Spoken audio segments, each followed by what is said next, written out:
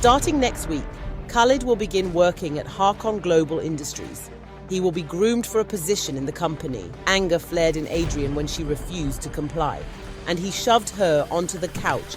"I always get what I want. I just wanted to give her a birthday she won't forget." The hatred he felt for Khalid ran deep. There was no real justification, just a visceral dislike. "Your sister and mother have both died. Leave the country." His mind clouded with thoughts of vengeance. 5 years had passed, and the Harkon Empire had entered a new phase. Isaac, now officially CEO, ruled the company with a mixture of arrogance and insecurity, desperate to prove himself worthy of the position. Nathan and Ben, his loyal allies, served as vice presidents and managed various subsidiaries within the conglomerate. While the company wasn't collapsing, it wasn't thriving either, a reflection of Isaac's poor leadership and impulsive decisions, often driven by his obsessive need to impress Harry. Harry had officially retired but remained an ever-present force, pulling strings behind the scenes. He was unimpressed by Isaac's performance, which only fueled Isaac's desperation and led to further reckless moves. The family ties grew more complicated. Isaac had married Adrian's sister, a union engineered to solidify the relationship between the families. Nathan and Ben also entered business marriages, securing alliances that benefited Harkon but left little room for love. Adrian, now a more prominent figure thanks to his connection to Harkon, married Bella, Harry's ambitious daughter, with Claire. Claire, always one to seize an opportunity for power, encouraged the match wholeheartedly. Bella, with her fiery personality, wasn't one to be pushed around, but even her sharp wit and resilience couldn't protect her from Adrian's abusive tendencies. He cheated openly, and while Bella endured it outwardly, she found solace in her own secret affairs. Claire's other daughters were no exception to the family's transactional approach to marriage. Each was married off to powerful men, their unions less about love and more about leveraging influence.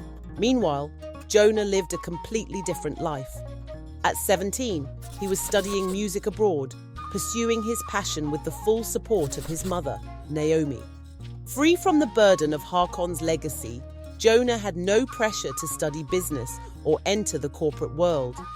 His brothers had taken on that responsibility, leaving him to focus on what he truly loved. Life within the Harkon family had settled into a cold, calculated routine. Power struggles, hidden scandals, and strained relationships defined their days. But no one dared to confront the cracks forming beneath the surface. All was as usual. Suddenly, like a wave crashing against a fragile dam, Isaac's affairs flooded the internet.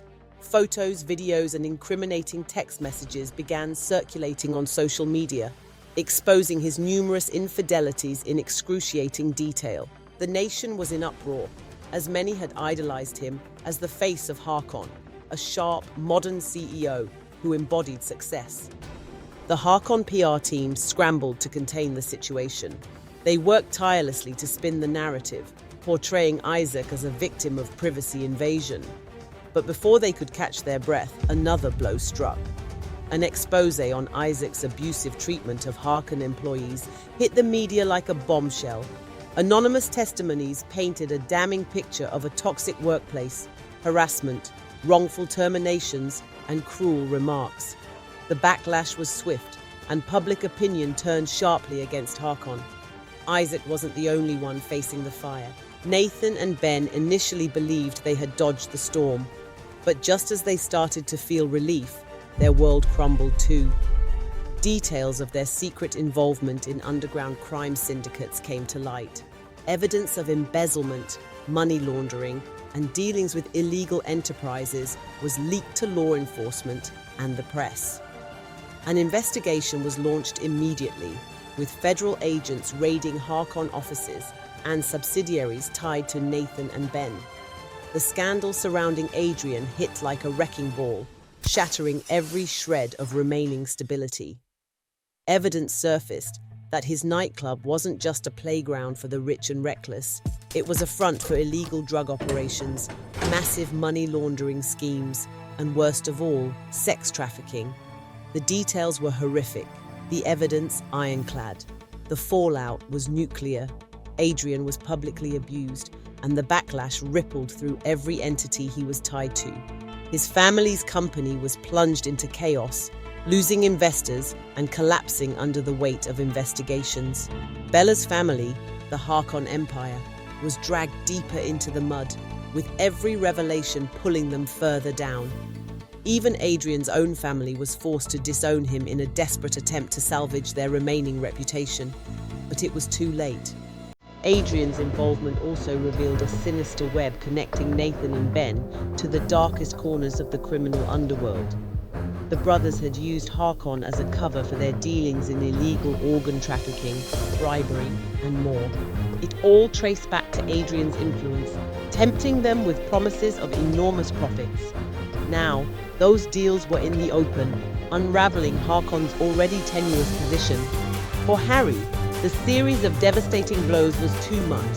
The stress of watching his life's work crumble under scandal triggered a heart attack. He survived, but he remained hospitalized, weak and unable to intervene. His pride and joy, Harkon, was dying before his eyes.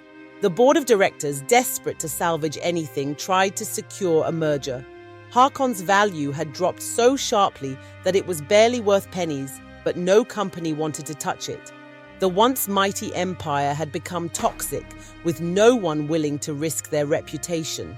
Then came a saving grace, or so it seemed.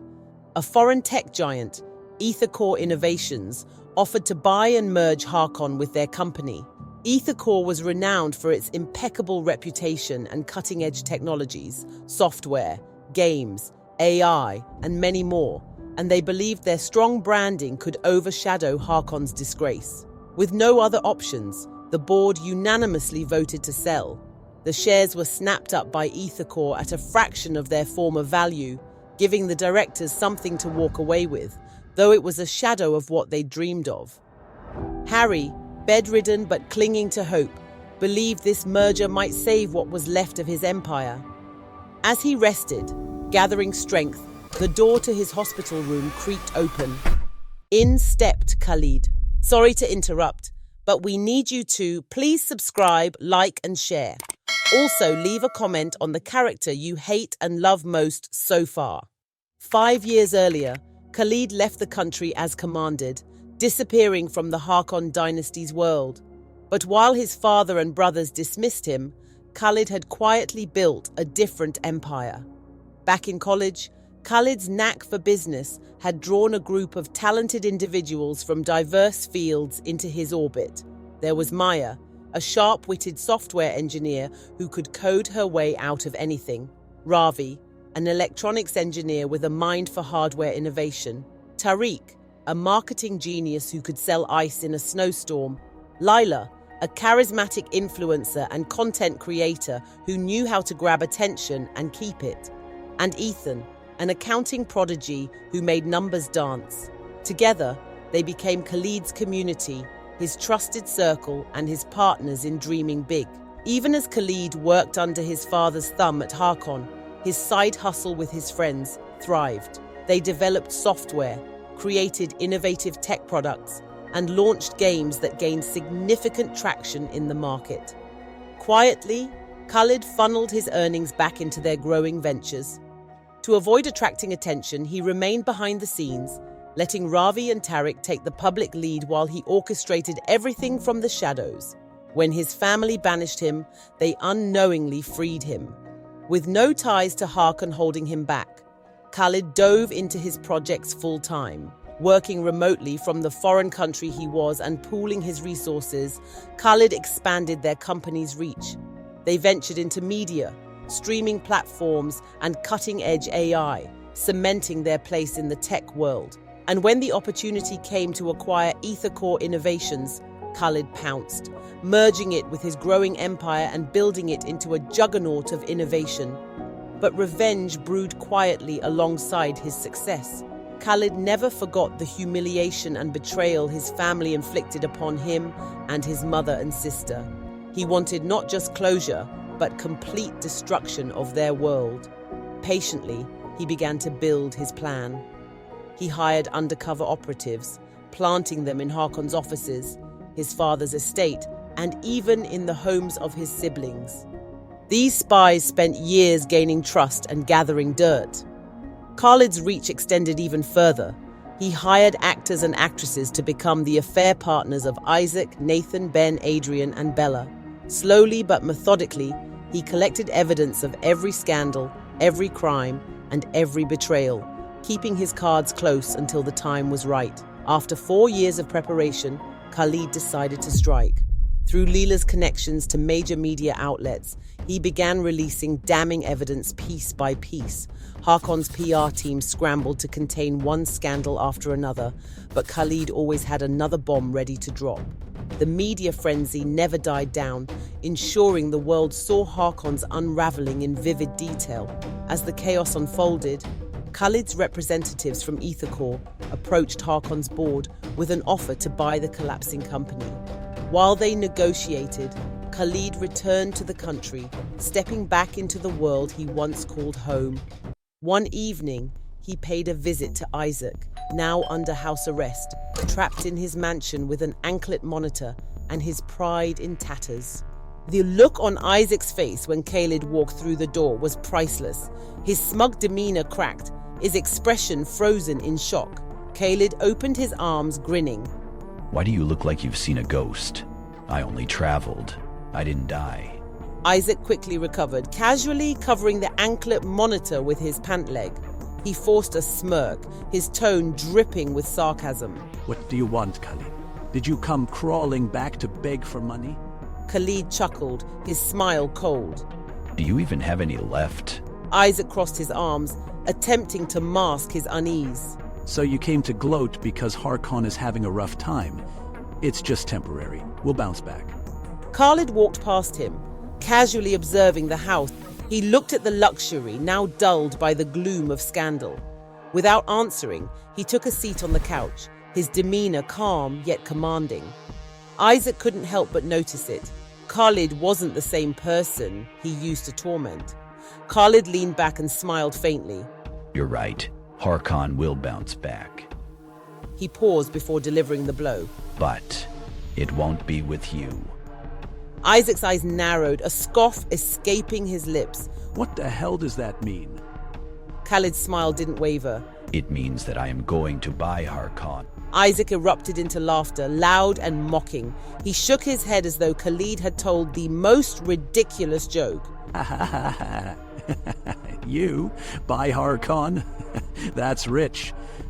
You think after all this you can just buy the... I'm not here to argue with you, Isaac. Khalid cut him off, his voice steady. He gestured for Isaac to sit. Take a sit. I have got a question for you. There was something unsettling about Khalid's calmness, something Isaac couldn't quite place. Reluctantly, he sat, his curiosity outweighing his pride. Why did you hate me? Khalid's voice was even, but his gaze pierced through Isaac. The question hit harder than Isaac expected. Before he could stammer a response, Khalid continued. Don't give me that bullshit about just hating my family. Father married 4 wives, and my mother was practically the 5th, even without the title. Is that all it took for you to hate me enough to bully me all those years? To have your friend assault my sister? My family's status? Isaac froze, his mind racing. The weight of the question pressed against him, dragging out the truth he'd buried for years. Yes, it was. He blurted, his voice breaking under the pressure. The house seemed to choke him, the walls closing in as the confession spilled out. I hated you because you made me feel small. Father always made me feel like I wasn't enough. And you... Isaac's voice cracked. You were the only one I could make feel smaller because of your mother's status. But it didn't stop there. His words tumbled out now, unrestrained. You made it worse. The girl I liked, she liked you. You outperformed me in school, you made real friends while I had nothing but fake ones, even as the so-called family disgrace. You made me feel insecure, you made me hate myself, so I hated you for it. The room fell silent, the rawness of Isaac's confession hanging in the air. Khalid stared at him, his face unreadable. For a long moment he said nothing. Then, softly, he responded. Okay. He stood and started toward the door. Isaac watched, unsure of what okay even meant. At the door, Khalid paused. He reached into his pocket and set something small on the table. The metallic glint caught Isaac's eye. You're going to be found guilty for everything Nathan and Ben did. And when you're rotting in prison, I'll make sure your time there is miserable. Khalid's voice was calm, almost detached, but each word landed with a sharp finality. There's no way out for you, Isaac. You finally brought shame to your father. Isaac's breath caught as Khalid nodded toward the object on the table, a small pocket knife. The same knife Zara had used when she hurt herself. Without another word, Khalid left the house, the door clicking shut behind him. The silence that followed was deafening. Isaac stared at the knife, the weight of Khalid's words pressing down on him. It wasn't just shame he felt, it was dread. Harry's face drained of color as Khalid calmly sat by his hospital bed, his presence radiating an unnerving dominance. The room seemed colder, quieter, under the weight of his words. My dear father, Khalid began, his tone mockingly gentle. How's your health? The doctor tells me you're recovering. I'm happy to hear that. I can't have you dying just yet. Harry's expression hardened and he snapped, You think you can disobey me and return to the country just because Harkon is going through a rough patch? It is only temporary. Khalid chuckled at the similarity of Harry and Isaac's reaction to his return. He leaned forward, resting his elbows on the edge of Harry's bed, his smile fading into something colder. Khalid reached for Harry's hand and clasped it, the gesture almost tender if not for the words that followed. You are genuinely the worst father ever. Khalid's voice was calm, but laced with venom. Your obsession with your company is next level, and I didn't care much about it. I really wanted no part of Harkon. All I wanted was my mom and my sister to be safe, to leave that house. But no, you just couldn't let go. Everything had to be used for your interest, and even when you didn't need it, you didn't want anyone else to have it. Make it make sense. By your own desires, you slept with a maid after already having 2 wives. But after having 2 kids with her, she suddenly became trash and not good enough to be called your wife. I worked so damn hard, saved every cent I made, just to get them out of your house, away from your toxicity. But you just... Khalid stood abruptly, looming over Harry, his face inches away. His eyes burned with fury, his voice dropping to a dangerous whisper that made Harry recoil. Your selfishness wouldn't let us leave. Everything just had to be for Harkon. Khalid's voice rose slightly, filled with a terrifying intensity. Well, your precious Harkon will be no more. I've bought your company, and I will erase its very existence.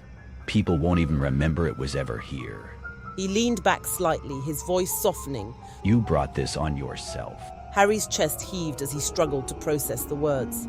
His lips trembled, his hands gripping the bedsheets. A realization struck him like a bolt of lightning.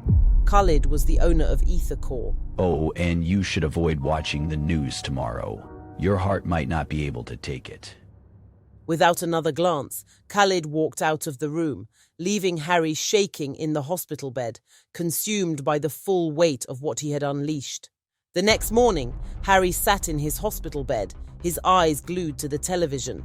He expected more devastating news about Harkon, perhaps its official bankruptcy or another public scandal. Instead, the headline hit him like a freight train.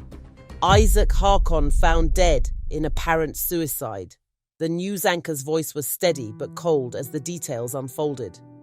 Isaac had been discovered in a pool of his own blood in the bathtub. The pocket knife, on the floor next to the bathtub. The news was too much for Harry to process. His chest tightened, the pain shooting through him like a dagger. The monitor beside him blared a warning as Harry clutched his chest. The doctors rushed in, but their efforts were futile. His heart gave out under the crushing weight of it all. Harry Harkon was gone.